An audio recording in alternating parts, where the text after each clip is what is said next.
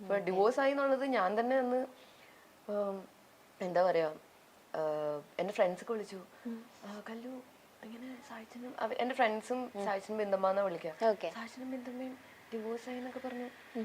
ഞാന് ഡിവോഴ്സ് അപ്പത്തേക്ക് കുറച്ചെന്റെ close friends വിളിച്ചിട്ട് പറയും, എടി നമ്മുടെ സായിച്ചനും ബിന്ദമ്മ ഡിവോഴ്സ് ആയി എന്ന് പറഞ്ഞല്ലോ, നീ പോയി പറയാന്നൊക്കെ. ഞാൻ പോയി പറഞ്ഞപ്പോഴത്തേക്ക് ഒരവിടെ ടി വി കാണുന്നുണ്ട്. ഞാൻ പറഞ്ഞു, ഗൈസ് നിങ്ങള് ഡിവോഴ്സ് ആയി കേട്ടോ, പെട്ടെന്ന് മാറിയെന്നൊക്കെ. ഓക്കെ, അതങ്ങനെയായിരുന്നു ആ കഥ. അവരുടെ സൈഡ് കേട്ടു, ഈ സൈഡ് കേൾക്കണം എന്നുണ്ടായിരുന്നു. അങ്ങനെ തന്നെ. അതുപോലെ വേറെ എന്തൊക്കെയായിരുന്നു ഇതുപോലെ കേട്ടിട്ടുള്ളത്? ബിന്ദു പണിക്കരുടെ മകൾ വിവാഹിതയാവാൻ പോകുന്നു, അങ്ങനെയൊക്കെ കുറെ ഉണ്ട്. അതും ഏറ്റവും കഷ്ടം എന്ന് പറയുന്നത് എന്റെ അമ്മയുടെ ചേട്ടന്റെ മോനാ. ഞങ്ങള് രണ്ടുപേരും വിഷുവിനൊരു ഫോട്ടോഷൂട്ട് ചെയ്തു. അവൻ എന്നെക്കാളും കുറച്ച് ഹൈറ്റ് ഉണ്ട്, എന്റെ യങ് ബ്രദർ ആണ്. ഞങ്ങൾ ഒരുമിച്ച് ഫോട്ടോ എടുത്തപ്പോഴത്തേക്കും എന്താ ഭാവി വരനും ഒപ്പം എന്നൊക്കെ പറഞ്ഞു. ഞാൻ നമ്മളെ കല്യാണം അങ്ങനെയൊക്കെ. വേറെന്നോ അത് എനിക്ക് ആക്ച്വലി പറയണമെന്നുണ്ടായിരുന്നു. ഞാൻ UK പോയപ്പോ 4.5 കോടി മുടക്കി ബിന്ദു പണിക്കരുടെയും 4.5 കോടിക്ക് ഇത് കോസാന്നൊന്ന് പറഞ്ഞാൽ കൊള്ളായിരുന്നു. ഞാനും കണ്ടു.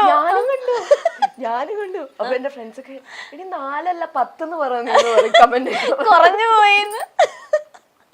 എനിക്ക് അറിയില്ല ഏത് കോഴ്സാണെന്ന് ആലോചിക്കും. 4.5 കോടി മുടക്കി കോഴ്സ് പഠിക്കാൻ.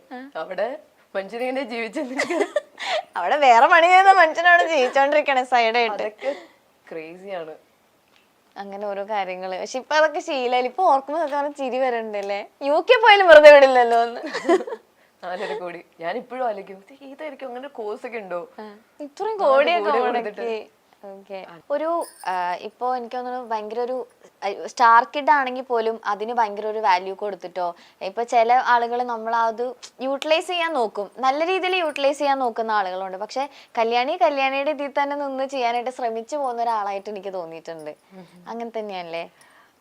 സത്യം പറയുകയാണെങ്കിൽ അങ്ങനെ ആലോചിച്ചിട്ടില്ല. ഇപ്പൊ അമ്മയുടെ അച്ഛനെയും പോലെ അല്ല, എനിക്ക് എന്റേതായ ഒരു ഇത് വേണമെന്ന് ഞാൻ ചിന്തിച്ചിട്ടില്ല. എന്തൊക്കെ ഡാൻസ് ചെയ്തു ഇതെന്ന് പറഞ്ഞാലും എനിക്ക് ഇഷ്ടവും സായികുമാറിന്റെ ബിന്ദു പണിക്കരുടെ മകളെന്ന് കേൾക്കാൻ തന്നെയാണ്. എനിക്ക് അതിലൊരു ഇതുമില്ല. പിന്നെ അതിന്റെ കൂടെ ഡാൻസും ഇതും വന്നു, ഹാപ്പി. അങ്ങനെ അവർക്കും ഇതാക്കാൻ പറ്റുന്നുണ്ടല്ലോ. ലൈക്ക് എന്താ പറയാ, ഞാൻ കഴിഞ്ഞ ദിവസം എയർപോർട്ടിൽ എന്തോ നിക്കാൻ തോന്നുന്നു, എന്നെ അവര് വിസിറ്റ് ചെയ്തിട്ട് തിരിച്ചു പോകാൻ കണ്ട. അപ്പൊ ഒരു പെൺകുട്ടി വന്നിട്ട് അച്ഛനും അമ്മയും അവിടെ കോഫി കുടിച്ചിരിക്കും. ഞാൻ കുറച്ചും കൂടി മാറി വന്നിട്ട്, കല്യാണിയുടെ അച്ഛനും അമ്മയല്ലേന്ന്. അവരെന്നിങ്ങനെ നോക്കി, അതെ മോൾ അവിടെ ഉണ്ടെന്ന് പറഞ്ഞു. അങ്ങനെ കുറച്ച് പേര് ചോദിക്കാറുണ്ടാക്കില്ല. കുറച്ച് ഇപ്പോഴത്തെ സായികുമാറിന്റെ എക്സ്പ്രഷൻ ആലോചിച്ചോണ്ടിരിക്കണേ. അതെ അവിടെ ഉണ്ട്. അങ്ങനെ കുറച്ച് പേര് ചോദിക്കാറുണ്ട്. പക്ഷെ അവർക്കത് ഭയങ്കര പ്രൗഡായിരിക്കും. അങ്ങനെയാണെങ്കിലും ഇങ്ങനെയാണെങ്കിലും നമ്മളൊക്കെ ഒരു ഫാമിലി. പക്ഷെ എനിക്ക് അച്ഛന്റെ അമ്മയുടെ മോളാന്ന് അറിയപ്പെടാനാണ് എനിക്ക്. അതെ. പിന്നെ പക്ഷെ എന്നാലും പുറത്തൊക്കെ ഇറങ്ങുമ്പോ ആളുകൾ എനിക്കൊന്നും ഈ റീൽസിലൊക്കെ ഇതായി കഴിഞ്ഞതിന് ശേഷം പുറത്തിറങ്ങുമ്പോ കൂടുതൽ പേര് ആ കല്യാണിനെ ഇതാക്കി തുടങ്ങിയത്.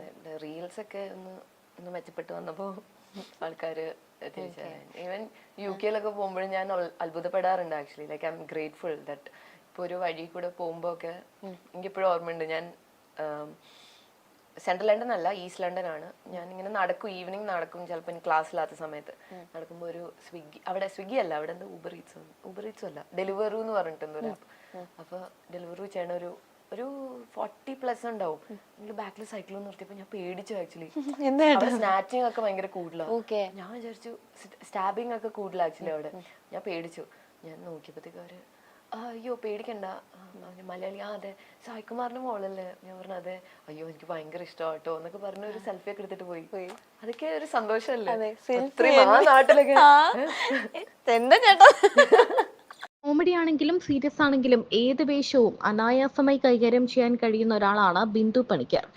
1992 സിബി മലയിൽ സംവിധാനം ചെയ്ത കമലതളത്തിലൂടെയാണ് ബിന്ദു പണിക്കർ ചലച്ചിത്ര രംഗത്തെത്തിയത്. ഏറെക്കാലമായി നടൻ സായികുമാറിനൊപ്പം ലിവിംഗ് ടുഗദറിലായിരുന്നു ബിന്ദു പണിക്കർ. 2009 ബിന്ദു പണിക്കർ സായികുമാറിനെ വിവാഹം ചെയ്യുന്നത്. ഇപ്പോൾ അച്ഛന്റെയും അമ്മയുടെയും സ്നേഹപുത്രിയായി വളരുകയാണ് ഏകമകൾ കല്യാണി. സിനിമയെ പറ്റി സംസാരിക്കാനും എനിക്ക് ഇവരുടെ കാര്യങ്ങൾ കുറെ കേൾക്കാനും ഒക്കെ ഭയങ്കര ഇഷ്ടമാണ്.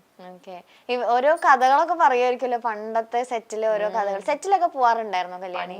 പോയിട്ടുണ്ട്. ഇപ്പൊ അങ്ങനെ പോയിക്കൂടായികയൊന്നുമില്ല, പോവുകയൊക്കെ ചെയ്യും. പോകും.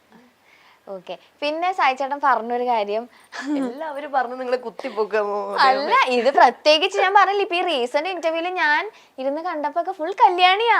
അപ്പൊ അവര് പറഞ്ഞതിന്റെ മറുപടി നമുക്ക് കല്യാണി എന്നാണല്ലോ കിട്ടണത്. അതെ, അപ്പൊ എനിക്ക് കല്യാണം കിട്ടുമ്പോ ഞാനത് ചോദിക്കണമല്ലോ. വീട്ടിലെ ഏറ്റവും വലിയ പിശുക്ക് കല്യാണിയാന്നാ പറയുന്നത്. അച്ഛാ പിശുക്കാണെന്നൊക്കെ പറഞ്ഞ അത് ഭയങ്കര, എനിക്ക് അറിഞ്ഞൂടാ, ഞാൻ പൊതുവെ അങ്ങനെയാണ്.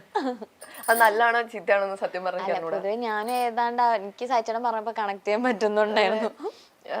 പ്രത്യേകിച്ച് പറഞ്ഞത് മറ്റേ ഫുഡ് ഓർഡർ ചെയ്യുമ്പോൾ എവിടെ ഒരു 10 രൂപ കൂടി അയ്യോ ഇത്രയും രൂപയോ, ഇത് വേണ്ട, എന്നിട്ട് വീണ്ടും ബാക്ക് അടിച്ചാളയോ. അത് അച്ഛൻ്റെ അമ്മയുടെയും പൈസ ആണെങ്കിലും ഇപ്പൊ എന്റെ കയ്യിൽ നിന്നുള്ള പൈസ ആണെങ്കിലും എല്ലാം നമുക്ക് എന്റെ കയ്യിൽ നിന്നുള്ള പൈസ എന്ന് പറഞ്ഞാൽ കുറച്ചുകൂടി പിശുക്ക് കൂടുമല്ലോ. അതെ, നമ്മളുടെ ആണല്ലോ, നമ്മളുടെ അധ്വാനാണത്. 10 രൂപയാ.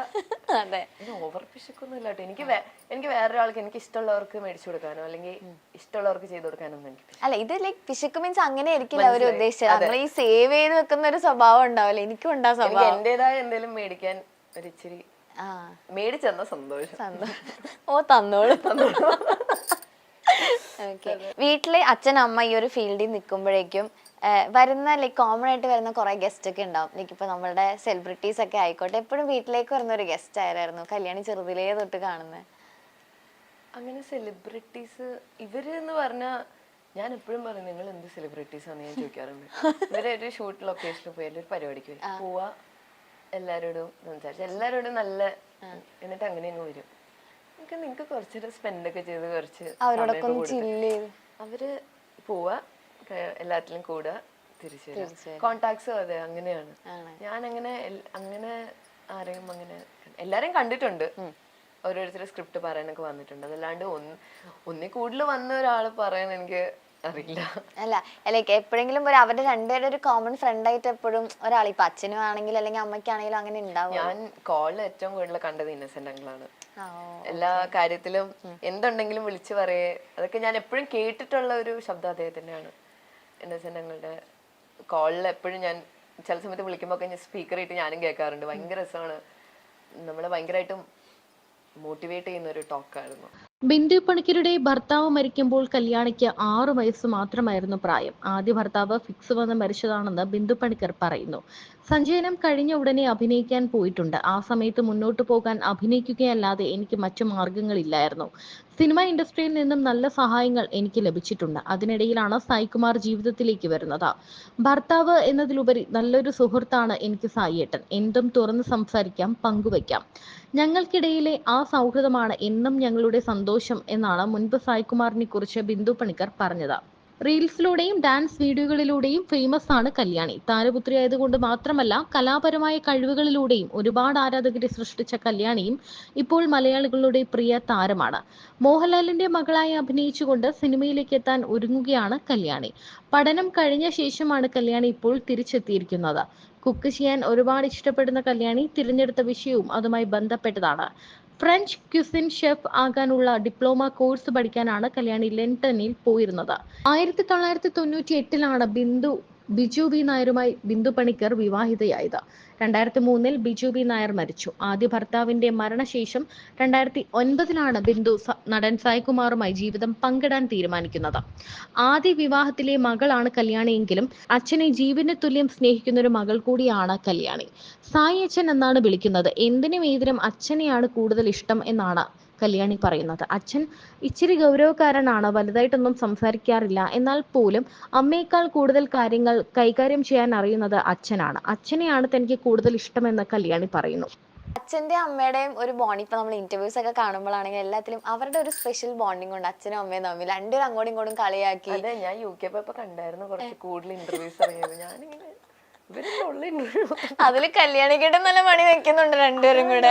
എന്റെ പേര് മാത്രമേ ഉള്ളൂ. ഞാൻ നിങ്ങൾ എന്തിനാണ് എന്റെ പേര് എടുത്തിട്ട് ചോദിക്കുന്ന ചോദ്യം അതേ ഉള്ളൂ. അതെ, മൊത്തം കല്യാണി കല്യാണി കല്യാണി. എനിക്ക് അറിഞ്ഞൂടെ എന്റെ ചേച്ചി. അല്ല പക്ഷെ അതൊക്കെ എന്നിട്ട് സായിച്ചേട്ടൻ ഇടക്ക് പറയുന്നുണ്ട്, ഈശ്വര ഇത് അറിഞ്ഞു കഴിഞ്ഞാൽ ഇവളെന്നെ കൊല്ലും, എന്നാലും കുഴപ്പമില്ല പറയാന്ന് പറഞ്ഞിട്ടാണ് ചേട്ടൻ അതിരുന്ന് പറഞ്ഞുകൊണ്ടിരിക്കണേ.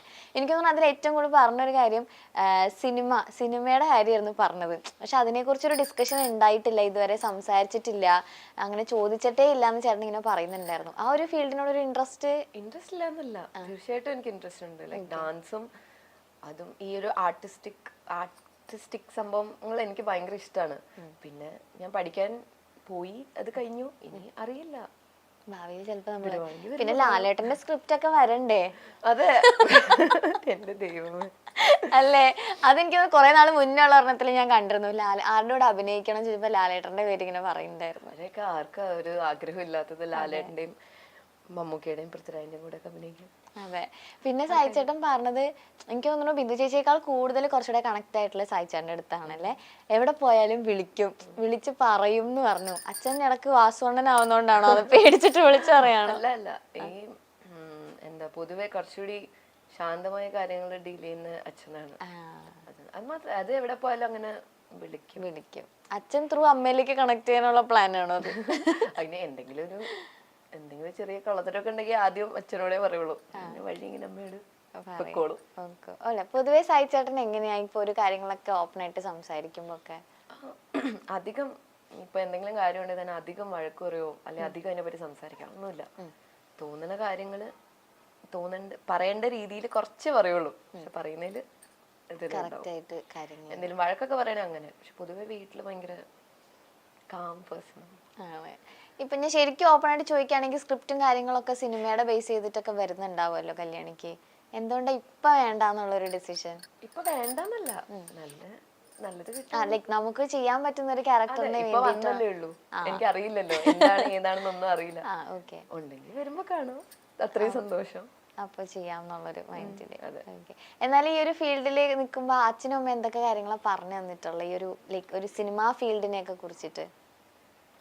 ഫീൽഡിനെ പറ്റി അങ്ങനെ കാര്യമായിട്ട് പറയേണ്ട ആവശ്യമില്ലല്ലോ. എന്റെ വീട്ടിൽ തന്നെയല്ലേ രണ്ടുപേരും. അവരുടെ ഒരു മൂവി കഴിയുമ്പോൾ തന്നെ അവർ പറയുന്ന കാര്യങ്ങൾ എനിക്ക് കേൾക്കാവുന്നതേ ഉള്ളൂ. പിന്നെ അതിൻ്റെതായ ഉപദേശങ്ങൾ എപ്പോഴും അവര് പണ്ടും ഇന്നും എപ്പോഴും തരും. ഇവരുടെ രണ്ടുപേരും ചെയ്ത സിനിമകളിൽ ഇപ്പൊ ഏറ്റവും ഒരു ഇഷ്ടമുള്ള ക്യാരക്ടർ ഉണ്ടാവില്ലേ, അതേതായിരിക്കും? ഓൾ ടൈം ആണോ ഇപ്പൊ ഇറങ്ങിയതാണോ? ഓൾ ടൈം അമ്മയുടെ ഞാൻ കുറെ വട്ടം പറഞ്ഞിട്ടുണ്ട് ഇത്. എനിക്ക് അമ്മയുടെ ജോക്കർ എന്ന് പറഞ്ഞ മൂവിയിലെ that is my all time favourite. Like അമ്മയുടെ ഏറ്റവും നല്ലൊരു പെർഫോം, ഏറ്റവും നല്ലതെന്ന് എനിക്കറിയില്ല, എനിക്ക് ഭയങ്കര ഇഷ്ടമുള്ളൊരു ക്യാരക്ടറാണ്. പിന്നെ അച്ഛൻ അങ്ങനത്തെ ഒരു സീരിയസ് റോൾ എടുത്തു പറയാൻ പറ്റില്ല, ഒരുപാട് ക്യാരക്ടർ ഉണ്ട്. എനിക്ക് ഒത്തിരി ഇഷ്ടമുള്ള ക്യാരക്ടേഴ്സ് ഉണ്ട്. പക്ഷെ എനിക്ക് മൈ ബോസ് ഭയങ്കര ഇഷ്ടം. എന്താ അറിയില്ല, കുറച്ചുകൂടി റിയൽ ഫാദർ ആയിട്ട് എനിക്ക് തോന്നും.